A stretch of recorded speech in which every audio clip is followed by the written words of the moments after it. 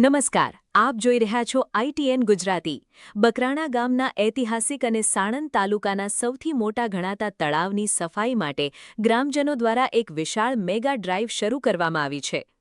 આજથી અંદાજે 200થી 300 વર્ષ પહેલા ગામના જ રહીશ, તાલુકદાર અને વાઘેલા સમાજના વડવા શતુભા વાઘેલાએ આ ભવ્ય તળાવનું ખોદકામ કરાવ્યું હતું, જેનો ઇતિહાસ આજે પણ અકબંધ છે।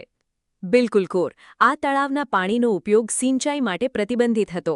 ઇતિહાસ સાક્ષી છે કે ભૂતકાળમાં જ્યારે પાણીનો દુરુપયોગ કરવાનો પ્રયાસ થયો ત્યારે ગામના પૂજનીય ભૂદેવ ગોરબાપાએ પોતાના જીવનું બલિદાન આપ્યું હતું, જેમની ખાંભી આજે પણ ગામની ભાગોળે મોજૂદ છે। તળાવમાં કૂકડો અને લીલા ઘાસના કારણે થતા પાણીના બગાડને અટકાવવા ગામના આગેવાનો અને યુવાનોએ સાથે મળીને આ સેવાકીય કાર્ય ઉપાડ્યું છે। વડવાઓના ભવ્ય વારસા સામે આ તો માત્ર અંશ સમાન સેવા છે એવું ગ્રામજનો ગર્વથી કહી રહ્યા છે। સાણંદથી રિપોર્ટર ધરા પટેલ સાથે ITN ગુજરાતી।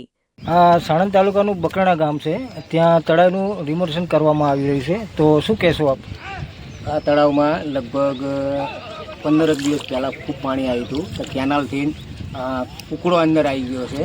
તો ગામના સહકારથી સરપંચશ્રી દ્વારા, મોહમ્મદસિંહ ગોડિયા દ્વારા અને ગામના કાળુભાઈ કોળી પટેલ, ગૌતમભાઈ કોળી પટેલ અને એમની ટીમ દ્વારા અને ગામના સહકારથી આની સફાઈ ચાલુ કરી। રાજેન્દ્રસિંહ મહેન્દ્રસિંહ, ગામ બકરાણો સરપંચ છે। આ તળાવનું ઘાસ કઈ જગ્યાએ લગભગ ચાદર પાથરી ગયેલી છે, તો આનું ઘાસ કઈ જગ્યાએ આપણે ઉપયોગ કરી કાઢીને નાખો છો?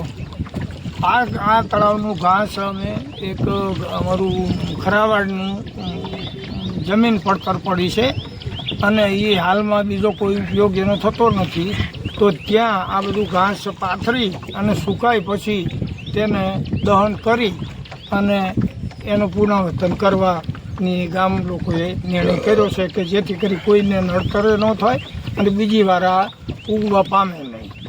આ તળાવનું ડિમોનેશન આપણે શરૂ કર્યા પછી ગામનો સપોર્ટ, ગામના સહકારથી આ કામ કરવામાં આવી રહ્યું છે કે તંત્ર દ્વારા કોઈ સહાય મળી રહી છે?